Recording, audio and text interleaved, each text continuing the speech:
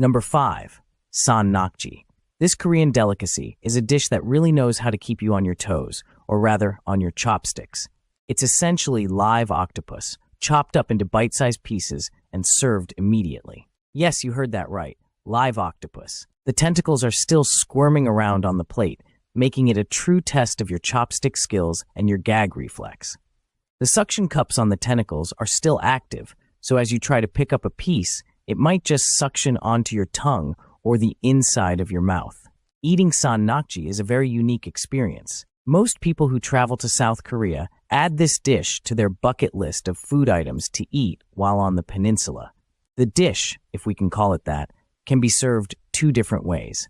One is to take a small species of octopus out of a tank, chop it up into tiny pieces, and serve it with sesame oil and other optional garnishes. When the dish is served, diners will find the remnants of the octopus still wriggling around the plate. The other way to eat san-nakji is to take the octopus straight from its watery home, wrap it around a wooden chopstick, dip it in sesame oil, and eat it in one bite.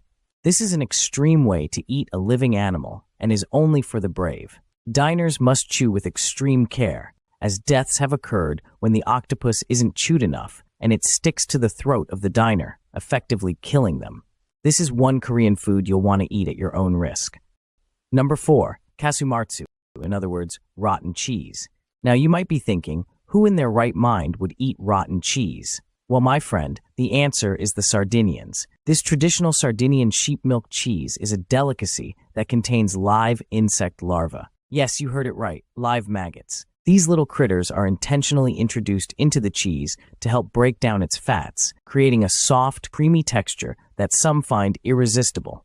But before you rush out to try it, there are a few things you should know. First of all, Casu Martzu is actually illegal in many places due to health concerns. The maggots in the cheese can jump up to 6 inches when disturbed, leading to potential eye injuries for the unsuspecting diner. And if that's not enough to turn your stomach, there's also the risk of the maggots surviving the journey through your digestive system and taking up residence in your intestines. Casu Martzu is created by leaving whole pecorino cheeses outside with part of the rind removed to allow the eggs of the cheese fly, Pufferfish Casu, to be laid in the cheese. A female cheese fly can lay more than 500 eggs at one time. The eggs hatch and the larvae begin to eat through the cheese. The acid from the maggot's digestive system breaks down the cheese's fats, making the texture of the cheese very soft. Now, here's the kicker. Casu Martzu is considered unsafe to eat when the maggots in the cheese have died. So only cheese in which the maggots are still alive is usually eaten. Some people prefer to remove the larvae before eating. Others devour them, which sounds kinda disgusting. But hey, who are we to judge? After all, one man's maggot-infested cheese is another man's delicacy. Number 3. The infamous Fugu. In other words, the Japanese pufferfish, or as I like to call it, the dead-delicious fish, is a fish that can literally kill you. Yes, you heard me right. It's so toxic that if it's not prepared properly, you might as well start writing your will. The key to enjoying this potentially lethal treat lies in the hands of skilled chefs who have undergone rigorous years of training to remove the poisonous parts, leaving behind the safe and delicious flesh. The poison in fugu, known as tetrodotoxin, is found primarily in the liver, ovaries, and skin. This neurotoxin is 1,200 times more potent than cyanide, so it's not something you want to mess around with. Despite its deadly reputation, fugu continues to be a sought-after and expensive delicacy, loved by diners for its unique attributes, as well as the thrill it gives when eating such a potentially fatal dish. It is often served raw as sashimi or cooked in a hot pot called fugu nabe. Eating fugu is not just a meal for anyone. It's a risky adventure you wouldn't want to try. But hey, where's the fun in playing it safe, right? If you're feeling adventurous and have a strong life insurance policy, why not give fugu a try? Number 2. Larb, also known as raw meat salad, is a dish that takes the concept of fresh to a whole new level. Originating from Laos and popular in Thai cuisine, this dish features raw meat, typically beef or pork, mixed with a variety of herbs, spices, and other ingredients to create a flavorful salad. Sounds tasty, right? Well, not so fast. One of the key ingredients in larb is uncooked blood, which is used as a binding agent to hold the salad together and give it its unique flavor. This may sound like something out of a vampire movie, but in many cultures, blood is considered a delicacy.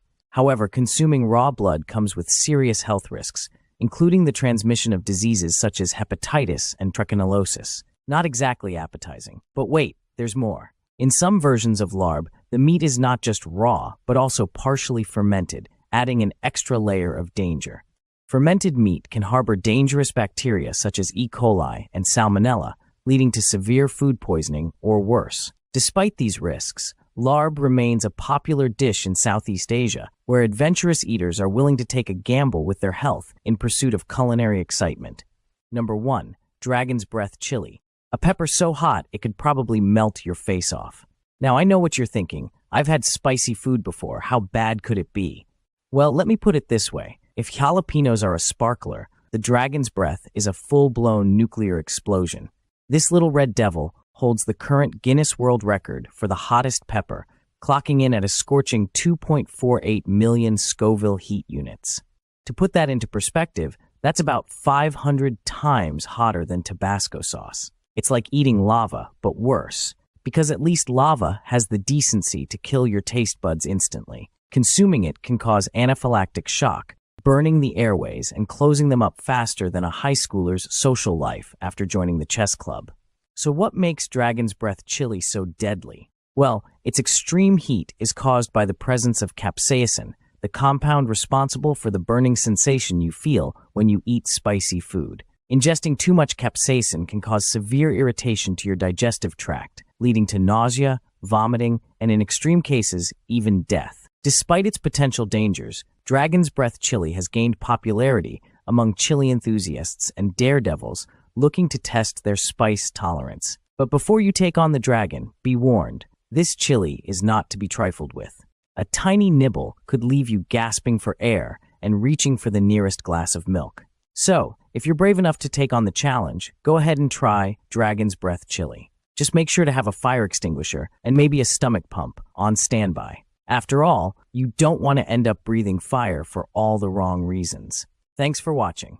You can also check out my other video on the most painful venoms in the world if you enjoyed this one.